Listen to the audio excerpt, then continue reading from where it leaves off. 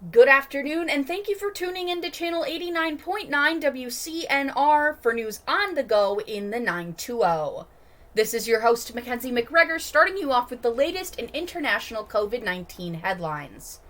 In Germany, health officials agreed to restrict the use of AstraZeneca's coronavirus vaccine in people under 60, amid fresh concern over unusual blood clots reported from those who received the shots. Health Minister Jens Spahn and state officials agreed unanimously Tuesday to only give the vaccine to people aged 60 or older, unless they belong to a high-risk category for serious illness from COVID-19 and have agreed with their doctors to take the vaccine despite the small risk of serious side effects. The news is a further blow to the vaccine, which is critical to Europe's immunization campaign. Additionally, on Monday, Canada suspended use of AstraZeneca in people under 55, citing new concerning data from Europe. Setting us up with news from the States as the trial of George Floyd's death continues, onlookers grew increasingly angry as they begged Minneapolis officer Derek Chauvin to take his knee off of George Floyd's neck. But Chauvin would not let up, and another officer forced back members of the crowd who tried to intervene. Witnesses testified Tuesday at Chauvin's murder trial. Witness after witness described how Chauvin was unmoved by their pleas, with the teenager who shot the harrowing video of the arrest that set off the nationwide protests testifying that the officer gave the crowd a cold and heartless stare. He didn't care. It seemed as if he didn't care what we were saying, said 18-year-old Darnella Frazier, one of the several witnesses who testified through tears.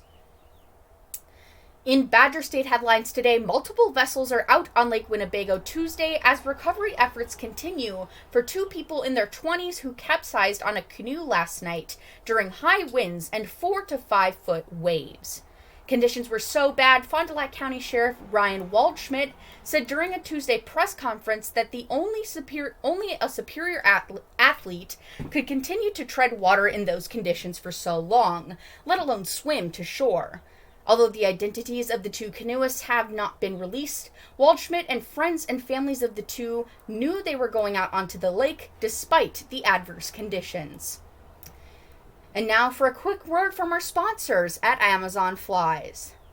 I remember vividly my father telling me that playing video games was a waste of time and that I could not make a living with a game controller in my hands. Well, Dad, I do have a job that allows me to have that controller in my hands all day. I am an Amazon Flies pilot, and every day I drone deliver packages.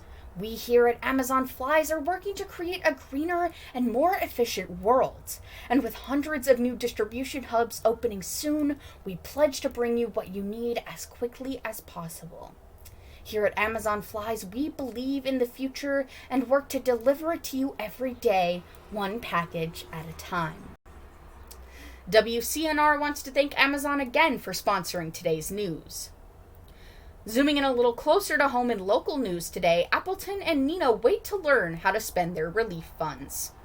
Appleton will receive $14.76 million, and Neenah will receive $5.44 million in COVID-19 relief as their shares of the $1.9 trillion American Rescue Plan Act flow in.